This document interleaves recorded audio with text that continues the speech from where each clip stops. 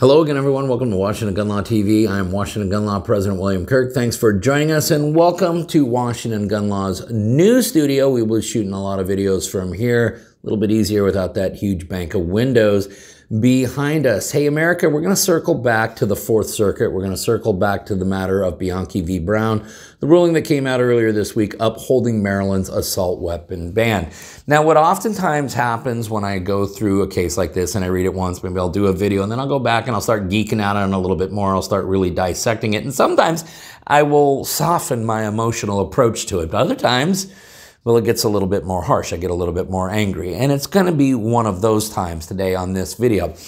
Imagine, if you would, a United States Court of Appeals that basically says in their ruling that criminals and gangsters are entitled to the very firearms that you, in fact, are not entitled to.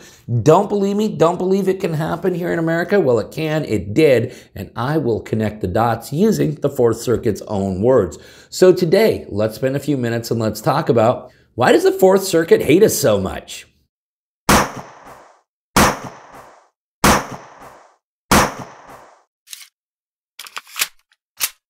Okay, before we get going too far down the road we're going down, you know, we tell you here at Washington Gun Law all the time that we're not going to tell you how to think, but we are going to give you all the stuff to think about. Well, does the news treat you that way? And that's why I've been using Ground News, because in today's world of media bias and censorship, Ground News gives you the freedom to learn for yourself, to attach your own weight to the facts, and come to your own conclusion. Wow, what a concept, huh?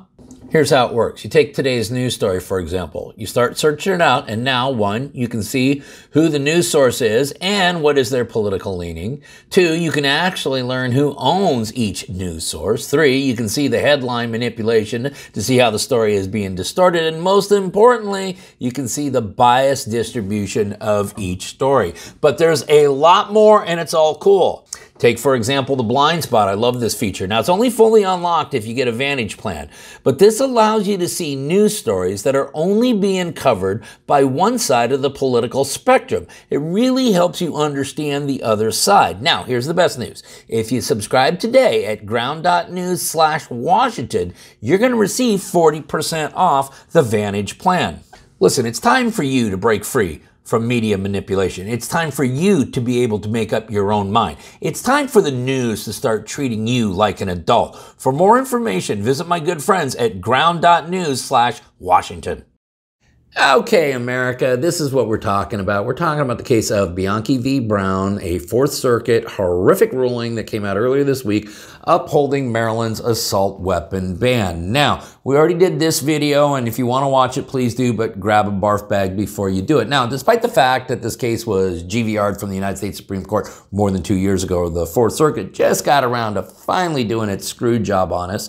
I said at the very beginning of this video, could you imagine a United States Court of Appeals that actually issues rulings that says that criminals and gangsters are entitled or should be given access to the very firearms that, in fact, they are saying you do not have access to? That would almost be like they are rooting for all of us to get killed. Now, I'm not suggesting that's what the Fourth Circuit is doing, but you yourself may draw those conclusions as well.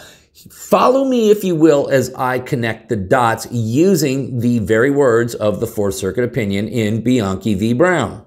Okay, as you know, the court has said that an assault weapon ban is totally okay because the Second Amendment does not even protect semi-automatic rifles. So think about that. The most common platform of rifle known to man is not protected by the Second Amendment. Specifically, the court ruled, for these reasons, we decline to wield the Constitution to declare that military-style armaments, which have become primary instruments of mass killing and terrorist attacks in the United States, are beyond the reach of our nation's democratic process.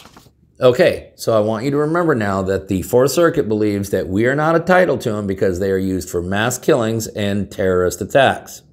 And of course, since the court now decides what's suitable and what's not suitable for self-defense, they have injected a whole new balancing test into the equation. But then you see the court went one further. Okay, because what the Fourth Circuit actually did was rewrite the entire Second Amendment. Yeah, it's not about the right to keep and bear arms. It's actually about the right for self-defense. And since states have all sorts of limitations on the rules of law as it relates to self-defense, well, that means they can put all sorts of limitations on your right to keep and bear arms. This is how the Fourth Circuit ruled. The pre-existing right codified by the Second Amendment is thus about simplifying the power of individual citizens to project force greater than they can muster with their own bodies so that they may protect themselves when government cannot. Limitations on this right to self-defense have been recognized in common law since before our nation's founding. One involves the necessity of imminence. Okay. So what they're saying is we cannot just allow regular citizens to have access to firearms unless we believe that they are necessary for self-defense. Follow so far? And since these firearms, according to the court, are not suitable for self-defense, they are thus excessively dangerous firearms, a whole new term created out of thin air. And since they are excessively dangerous, they can be banned. But this is how the court ruled on page 21 of the majority opinion. Such excessively dangerous arms were not reasonably related or proportional to the end of self-defense, but rather were better suited for offensive criminal or military purposes and were thus understood to fall outside the reach of the right. Okay, I want you to understand that, one, the court likens criminal enterprise to military endeavors, which I think is completely unfair and ridiculous, but also says that, hey, you know what? These firearms are perfectly appropriate for criminal use. They're just not appropriate for you to use to defend yourself. Okay, so now the Fourth Circuit is saying, hey, these firearms are not appropriate for you to defend your life. Your life is not that important, but the military and the criminals, well, that's what they're appropriate for. Okay, then I said there was this incredibly dangerous test where the court could just decide what firearms were suitable for self-defense, which ones weren't. And of course, that would allow them to ban just about anything under the sun. Let us remember on page 21 and 22 of the majority opinion, the Fourth Circuit ruled, what brings all the weapons beyond the scope of the Second Amendment together and what separates them from the handgun is their ability to inflict damage on a scale or in a manner disproportionate to the end of personal protection. As such, they are weapons most suitable for criminal or military use. Okay, so their ability to inflict mass carnage, mass damage, disproportional to what you believe would be necessary for self-defense is suitable for the military. I think we can agree on that, but also for criminals. So you actually have the Fourth Circuit saying that, yes, by this ruling, we are saying that criminals will be able to outgun lawful, responsible American citizens. And so you're sitting there going, wait a second. Does the court really honestly suggest that the criminals are entitled to these firearms, but we are not? Well, I thought it might have been just a poor choice of language until you get to page 23 of the majority opinion, and then you see that the court ruled as follows. The Second Amendment, with its central component of individual self-defense, is not concerned with ensuring citizens have access to military-grade or gangster-style weapons. So once again, the court, for whatever reason, is equating military activity with gang activity. But what they are saying is, hey, we understand why both of them would have these weapons. You are not, however, entitled to have them for self-defense. And let us remember that the Fourth Circuit also ruled, in short, then, while the Second Amendment jealously safeguards the right to possess weapons that are most appropriate and typically used for self-defense, it emphatically does not stretch to encompass excessively dangerous weapons ill-suited and disproportionate to such a purpose.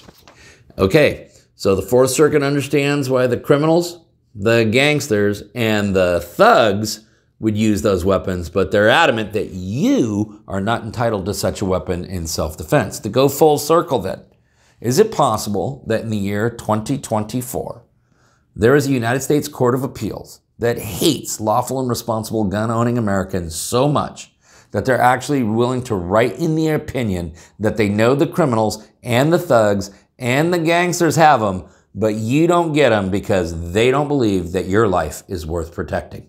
Listen, the case once again is Bianchi V Brown. We're going to go ahead and link it up down below so you guys can geek out on it for yourself. Maybe you got more questions about this or something else related to what's left of our Second Amendment rights in the Fourth Circuit. That clearly is not much. You should know how to get a hold of Washington gun law by now, but if you don't, that's okay. That information is down there in the description box. Maybe you got an idea for a video we should be doing here. If you do, go ahead and click on that link right there, because some of the best ideas we had weren't our ideas at all. Maybe you just want to be part of our monthly newsletter. The link to subscribe to that is down below in the description box. And then finally, and most importantly, America, let's all remember that part of being the lawful and responsible gun owner, like we talk about all the time here, is to know what the law is in every situation, how it applies to you in any instance that you may find yourself. Until next time, thanks for watching.